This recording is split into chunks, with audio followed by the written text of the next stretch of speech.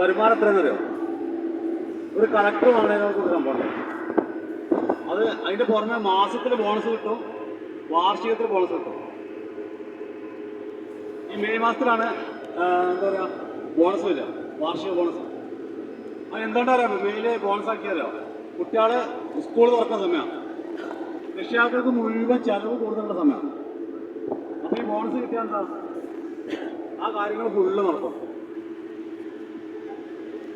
അപ്പോൾ എല്ലാവരും എന്ത് ചെയ്യാം, അവിടെ പോയിട്ട് അന്തം വിട്ട് നിൽക്കരുത്.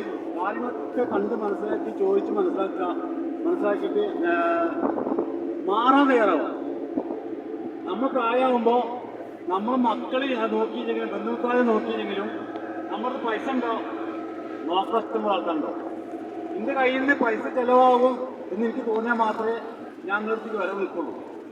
ഞങ്ങൾക്ക് വന്നു കഴിഞ്ഞാൽ നിങ്ങളെ ആവശ്യങ്ങളൊക്കെ നടത്താൻ നിങ്ങൾക്ക് പൈസ ഉണ്ടെന്നുണ്ടെങ്കിൽ 10 സുഭാഷ് ഉണ്ടാവും. അവിടെ പോയി എന്തെങ്കിലും ചെയ്തു കൊടുക്കുക. എന്താണ് നമുക്ക് ചിലവൊന്നുമില്ലല്ലോ, സന്തോഷവും ചെയ്തു കൊടുക്കാറോ. അപ്പോൾ ഇവിടെ പൈസയാണ്, പൈസ വേണം. ഇപ്പോൾ ഒരു ജോലി കിട്ടി, ഒരു ടീച്ചർ ജോലി കിട്ടി. ആ ജോലി കിട്ടിക്കഴിഞ്ഞാൽ അവർക്ക് എന്താ ഉണ്ടാവുക, അവിടെ ഒരു ചിട്ടവട്ടം ഉണ്ട്, അതിനനുസരിച്ച് നിൽക്കാൻ പറ്റുള്ളൂ. ആ കിട്ടുന്ന ശമ്പളം തന്നെയാണ്. ഇപ്പോൾ ഇത് പറഞ്ഞെന്ന ആള് അമൃത ഹോസ്പിറ്റൽ സിസ്റ്ററാണ്.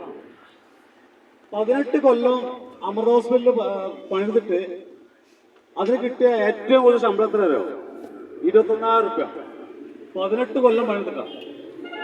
പിന്നെ ആ ജോലി രാജിവെച്ചിട്ട് ഇതിൽ വന്നിട്ട് 3 കൊല്ലം കൊണ്ട് അതിന് കിട്ടിയ ശമ്പളത്തിന് 56,000 റുപ്യ പ്ലസ് ഒരു 65 റുപ്യൻ്റെ അടുത്ത്.